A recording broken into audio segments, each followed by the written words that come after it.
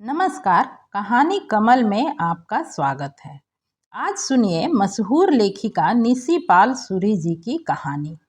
Mrs Suri ICSC high school के vice principal पद से रिटायर्ड हैं और इनकी अनेकों पुस्तकें प्रकाशित और चर्चित हुई हैं। आप अनेकों साहित्यिक एवं सामाजिक संस्थाओं से न सिर्फ जुड़ी हैं बल्कि सम्मानित भी होती ही रहती हैं।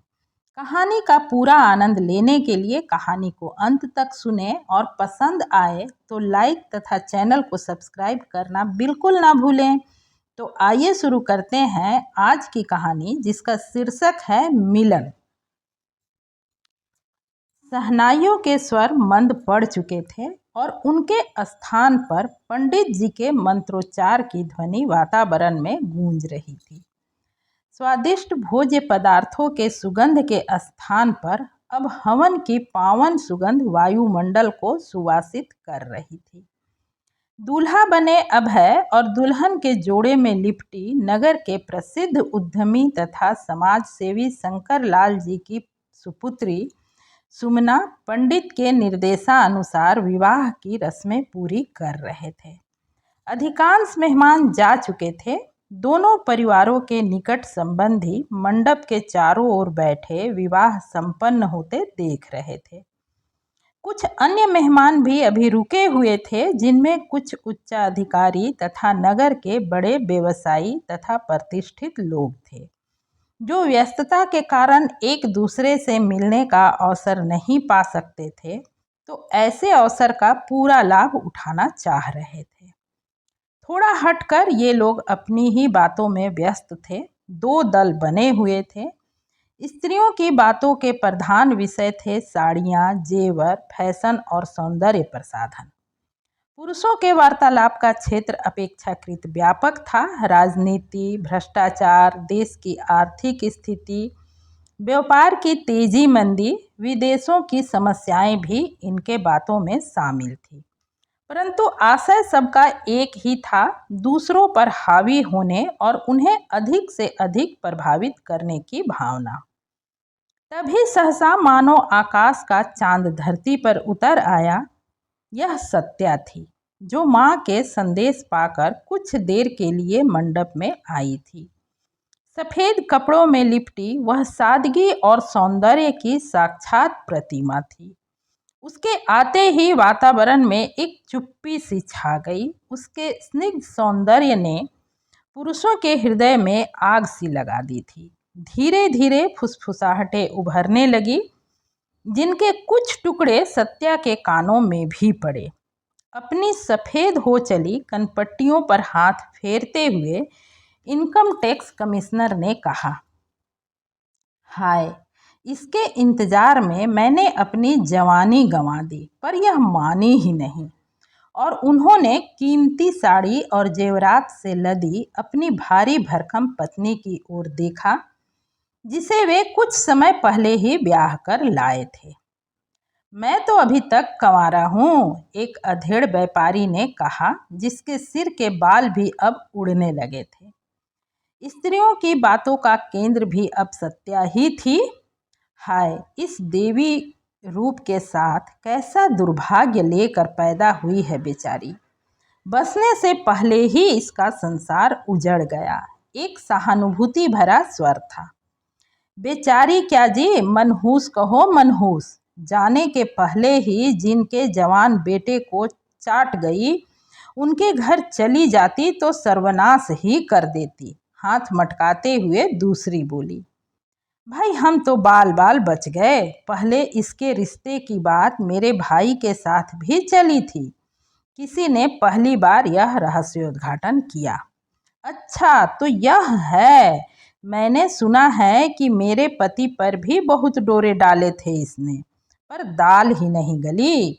गर्व से अपने पति को देखते हुए इनकम टैक्स कमिश्नर की पत्नी ने कहा, छी छी, ऐसा न कहो जी। किसी और ने बड़े दार्शनिक अंदाज में कहा, यह तो सती है सती। जिसे एक बार पति मान लिया, उसी के नाम पर सारा जीवन लुटा दिया। अजी छोड़िए, कौन सती और काहे की सती, सब पाखंड है पाखंड। देखती नहीं कैसी लोलुप नजरों से सब उसे घूर रहे हैं। स्वर में ईर्ष्या स्पष्ट झलक रही थी। ये शब्द सत्या के कानों में पिघले शीशे की तरह पड़े और न सह सकी वह होठ भींचकर रुलाई दबाते हुए भीतर भागी। अपने कमरे में जाकर पलंग पर गिरकर बिलख पड़ी। जब कुछ देर बाद रुदन का वेग जरा थमा तो अतीत के चित्र उसके सामने स्पष्ट हो उठे। याद आ गई वह शाम जब राकेश भैया एक सुंदर आकर्षक नवयुवक के साथ घर पर आए थे और उनका सहपाठी था विक्रम, जो फाइनल परीक्षा के बाद घर जाते हुए राकेश भैया के अनुरोध पर 2 दिन के लिए वहां रुका था। चाय पीते पीते ही भैया ने बताया था कि विक्रम उनके इंजीनियरिंग कॉलेज का एक होनहार मेधावी छात्र था। सहपाठियों को ही नहीं, शिक्षकों को भी उस पर गर्व है। कई प्रतियोगिताओं में कॉलेज के लिए ट्रॉफियां और पुरस्कार जीतकर वह सबका चहेता बन गया है। कैंपस सिलेक्शन के पहले ही दौर में उसका चयन एक बड़ी कंपनी में हो गया है। अब तो बस रिजल्ट का इंतजार है।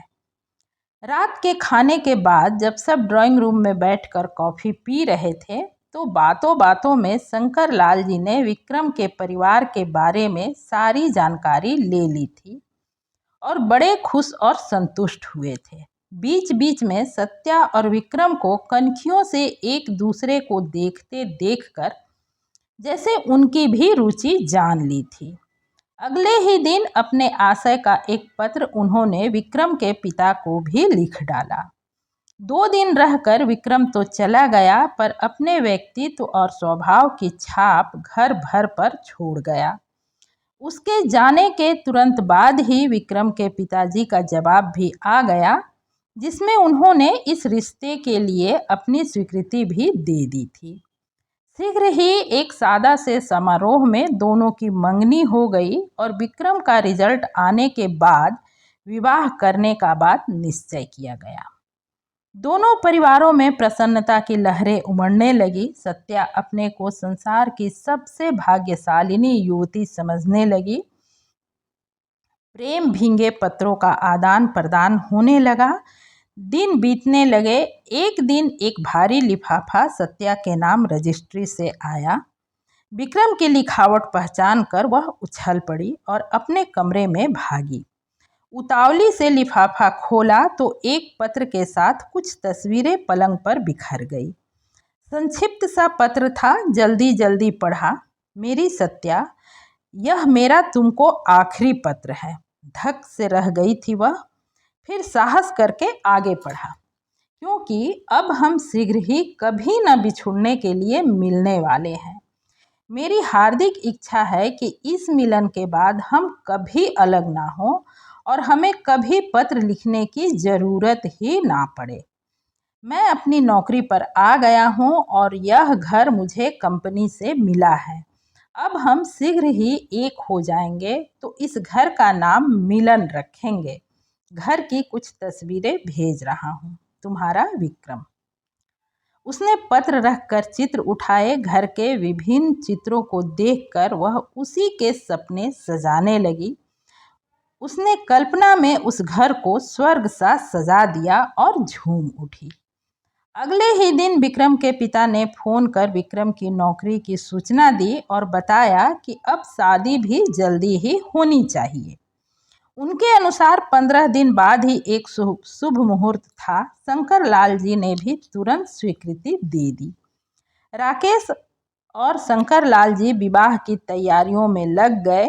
नगर के प्रसिद्ध होटल में बारात के ठहराने का प्रबंध किया गया। बारातियों के लिए कारों की व्यवस्था भी कर ली गई। सब कुछ अभूतपूर्व होना चाहिए, यही चेष्टा थी दोनों की। कार्ड भी छप गए और दोनों पिता पुत्र स्वयं सबको निमंत्रित कर रहे थे। सत्या अपनी माताजी के साथ खरीदारी में व्यस्त हो गई। यहाँ भी माताजी की यही प्रयास रहा कि किसी तरह की कोई कमी न रह जाए। कपड़े, जेवर, विक्रम के लिए सब सामान, घर का सामान, विक्रम के संबंधियों और बारातियों के लिए उपहार, आदि सभी कुछ उत्तम ही खरीदा गया। सत्या जब भी घर के लिए कुछ लेती तो हमेशा उसके मन में मिलन ही होता। इसी तरह एक दिन जब वह सामान से लदी हुई बाजार से लौटी तो ड्राइंग रूम में शंकर लाल जी के साथ विक्रम के पिताजी एवं एक अन्य व्यक्ति को बैठे देखकर चौंक गई।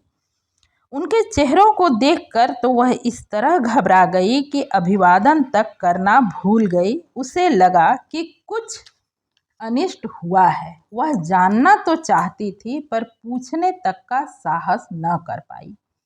कांपते कदमों से अपने कमरे की ओर बढ़ गई, लेकिन सत्य तो वज्र से भी कठोर था। एक कार दुर्घटना में विक्रम की मृत्यु हो गई थी और अब उसके पिता अंतिम दर्शनों के लिए सत्या को लेने आए थे। सुनकर सत्या चीख मार कर बेसुध हो गई और जब उसे होश आया तो 2 दिन बीत गए थे। सब लूट चुका था और वह अंतिम दर्शन भी नहीं कर पाई थी। घर में उदासी के बादल छा गए। अब तो मिलन की स्मृतियां ही शेष थी। विवाह से पहले ही वह विधवा हो गई थी। समय बीतने पर सब ने सत्या को विवाह के लिए कहा।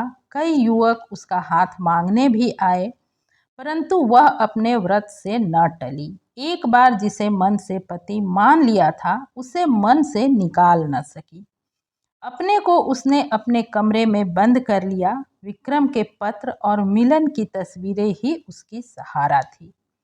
अब माता पिता भी हार कर चुप हो गए थे। राकेश को स्कॉलरशिप मिल गई और वह आगे की पढ़ाई के लिए विदेश चला गया। घर से मानो हंसी खुशी सदा के लिए चली गई। सत्या की यह हालत देखकर शंकर लाल जी सुमना की शादी की बात करते भी डरते थे कि सत्या का कुंवारा वैधव्य कहीं उसकी शादी के आड़े न आ जाए। परंतु ऐसा कुछ न हुआ। आज सुमना की शादी है। 15 दिनों की छुट्टी लेकर राकेश भी आ गया है और न चाहते हुए भी सत्या को लोगों के सामने आना पड़ा था।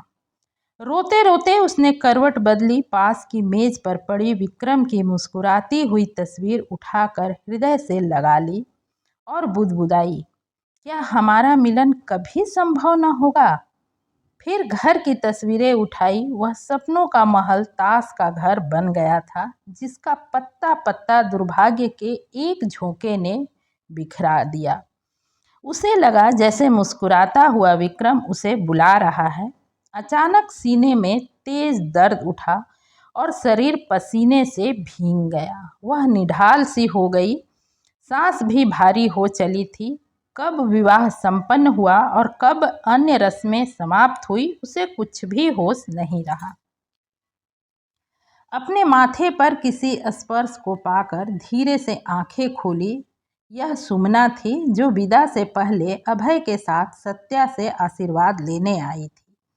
बड़ी मुश्किल से वह उठी। सुमना और अभय ने झुककर उसके पांव छुए। सत्या ने कुछ कहना चाहा पर शब्द कंठ से न निकल सके, केवल होठ हिल कर रह गए। दीदी, चिल्ला उठी सुमना और बाहर भागी। अभय ने सहारा देकर सत्या को लिटा दिया। शीघ्र ही सब घर वाले और मेहमान वहां इकट्ठे हो गए। सत्या की हालत देखकर सभी घबरा गए। माँ फूट फूट कर रो पड़ी।